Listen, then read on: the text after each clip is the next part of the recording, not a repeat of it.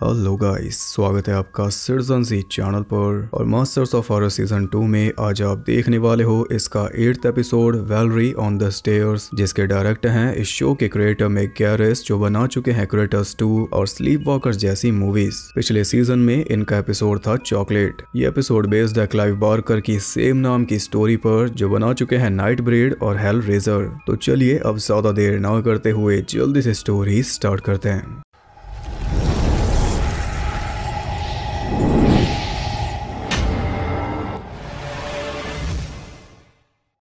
ये कहानी है रॉब नाम के राइटर की, जो कि एक होटल में रहने पहुंचा है। होटल का नाम है दी हाई बर्गर हाउस और यहाँ पर वो राइटर्स रहते हैं जिनकी बुक अभी पब्लिश नहीं हुई, यानी कि जो स्ट्रगल कर रहे हैं। उनसे कोई पैसा नहीं लिया जाता। यहाँ पर वो शांति से अपनी किताब लिख सकते हैं और फिर जैसे ही उनकी किताब पब्लिश हो जाती है उन्हें यहाँ से जाना पड़ता है। ये होटल ऐसे ही किसी राइटर ने बनाया था ताकि बाकी राइटर्स को मौका मिल सके, और यहाँ पर आसानी से नंबर नहीं लगता। रॉब को रूम मिला है टेरी नाम की लड़की का, जिसने खुद अपनी जान ले ली। तो उसके मरने के बाद कमरा खाली हो गया और किस्मत से वो मिल गया रॉब को। नहीं तो बहुत बड़ी लाइन है, किस्मत वालों को ही ये मौका मिलता है। और रॉब तो वैसे भी पहले से राइटर नहीं था। इसकी गर्लफ्रेंड एना ने इसे डंप कर दिया। उसके बाद इसने ठान लिया कि अब तो ये राइटिंग में ही कुछ करेगा।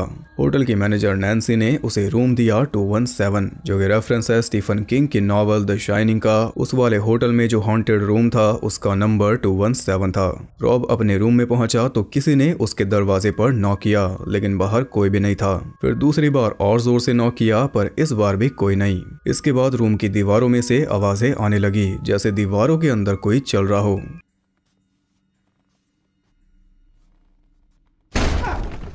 आते ही ये सब शुरू हो गया। अब तो लिख ली इसने किताब। जब वो लिखने बैठा तो बस एक लाइन लिख पाया। इसके आगे उसे कुछ सोच नहीं रहा था, इसलिए वो अपने आप को मिरर में देखने लगा। तभी फिर से दरवाजा नॉक हुआ और अचानक मिरर में उसे दिखाई दी एक लड़की, जो कि पलक झपकते ही गायब हो गई। अब बाहर से किसी लड़की के रोने की आवाज आ रही थी, इसलिए रॉब चेक करने गया, लेकिन उसके जाते ही आवाज बंद हो गई।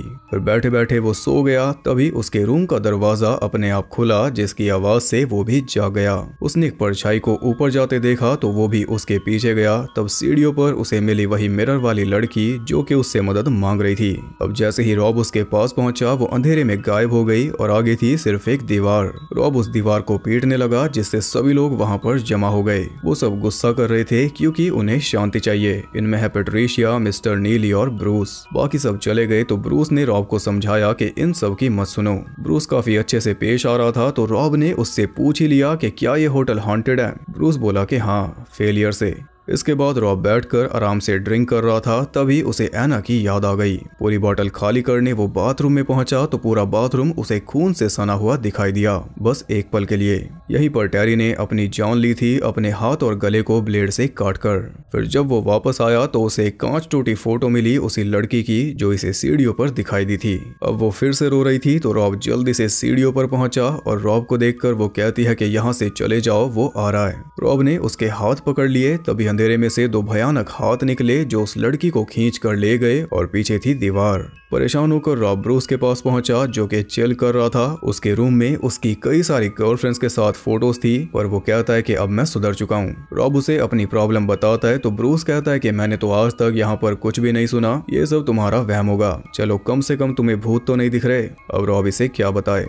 फिर रात को जब वो सो रहा था तो वही लड़की उसके पास आकर उसके साथ रोमांटिक होने लगी, और तभी एक भयानक सा डीमन आया और लड़की को उठाकर अपने साथ ले गया। ये सब रॉब देख रहा था सपने में। जब वो जागा तो आगे की लाइंस उसे लिखी हुई मिली, जो कि इसने लिखी नहीं। तभी अचानक से लैपटॉप रीस्टार्ट हो गया और अब वो सारी लाइंस गायब थी।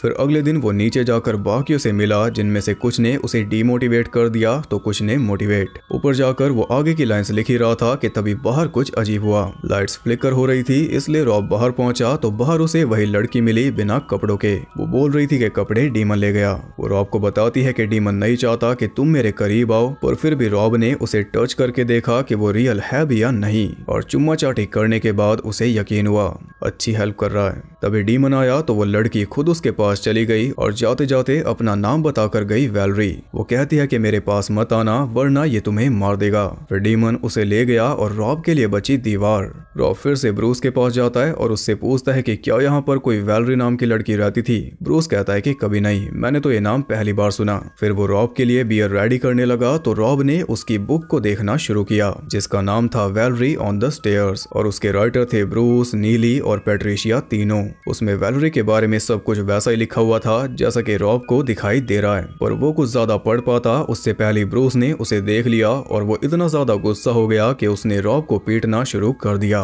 उसने टाइपराइटर उठाकर रॉब के मुंह पर मारना चाहा, वो तो रॉब तेजी दिखाकर बच गया। वहां पर भीड़ लग गई तो ब्रूस ने रॉब पर इल्जाम लगाया कि ये मेरा काम चुरा रहा था। अब नैन्सी उसे बाहर निकालती उससे पहले वो खुद ही बोल देता है कि मैं यहाँ पर रहना नहीं चाहता। वो भागकर ऊपर चला गया। फिर जब ब्रूस अपनी किताब को समेट रहा था तभी वैलरी उसके पास आ गई। ब्रूस ने पहली बार वैलरी को देखा जिससे वो बहुत ज्यादा खुश था, पर तभी डीमन आया और उसके मुंह के अंदर हाथ डालकर उसका सारा तामझाम बाहर निकालकर चलता बना। फिर उन दोनों का अपना ही कुछ शुरू हो गया। इस डीमन का रोल किया है कैंडीमैन टोनी टॉड ने।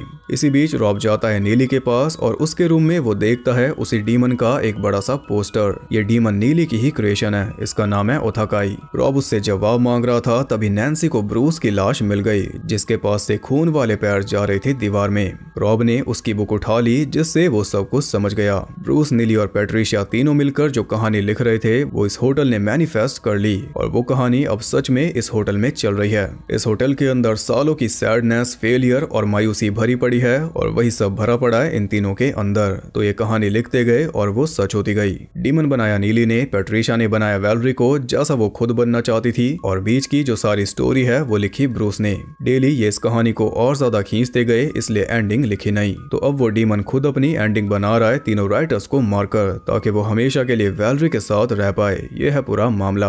अब अगला नंबर लग चुका था पैट्रिशिया का। वैलरी उसके पास पहुंची तो वो भावुक हो गई। अब किसी की क्रिएशन अगर उसके सामने आ जाए तो इतना तो बनता है, पर इतना भी नहीं बनता जितना वो कर रही थी। वो उसे किस करने लगी। वैलरी उससे पूछती है कि तूने सुंदर तो मुझे बना दिया, पर मेरे लिए इतना टॉर्चर क्यों लिखा। इस बात का कोई जवाब पैट्रिशिया के पास नहीं था। तभी डीमन आया और उसे चीर कर चलता बना। पैट्रिशिया की चीख सुनकर ये दोनों उसके रूम में पहुंचे, लेकिन देरी से। उसका हाल देखकर तो नीली की बॉडी भी नीली हो गई। अपने साथ वो गन लेकर आया था क्योंकि वो समझ गया था कि रॉब की बात सही है, लेकिन इसके अंदर भी एक कीड़ा है। ये भी अपनी क्रिएशन को अपने सामने जिंदा देखना चाहता है, भले ही फिर मर क्यों न जाए। पर रॉब ने तो बहुत देख लिया। उसने दीवार तोड़ दी क्योंकि उसी के पीछे डीमन और वैलरी मिलेंगे। नीली बताता है कि दीवार के पीछे डीमन का टॉर्चर चेम्बर है जहाँ पर वो लड़कियों को टॉर्चर करके मार देता है, बाकी लड़कियों को, वैलरी को नहीं। और वो बाकी लड़कियां आती कहाँ से हैं? ब्रूस उन्हें लेकर आता था। सबकी फोटोज उसके रूम में हमने देखी थी। जितना भी ये टॉर्चर वाला पार्ट है वो सब ब्रूस ने लिखा कि डीमन दीवार के पीछे क्या क्या करता है, पर वो ये नहीं जानता था कि ये सब सच में हो रहा है। रात को वो किसी लड़की को अपने साथ लेकर आता, फिर नशे करके सो जाता और अगली सुबह जब उसकी आंख खुलती तो लड़की रूम से गायब होती, यानी कि डीमन उस लड़की को ले जाता। पर ब्रूस को लगता था कि शायद वो चली गई। इन्होंने कभी सोचा ही नहीं कि ये सब सच हो जाएगा। इसी बात से एक सवाल मन में आता है कि इस कहानी में विलन भी है, हीरोइन भी है, पर हीरो नहीं है। ऐसा क्यों? ऐसा इसलिए क्योंकि हीरो हमारे सामने ही है। रॉब ही इस कहानी का हीरो है। ब्रूस ने ही इसे लिखा था और सब कुछ कहानी के हिसाब से चल रहा है। आते ही इसे वैलरी दिखाई देने लगी और देखते ही ये उसकी तरफ अट्रैक्ट हो गया। बिना मतलब के ही इसने वैलरी को बचाने की जिम्मेदारी ले ली, जबकि कोई और होता तो भाग जाता।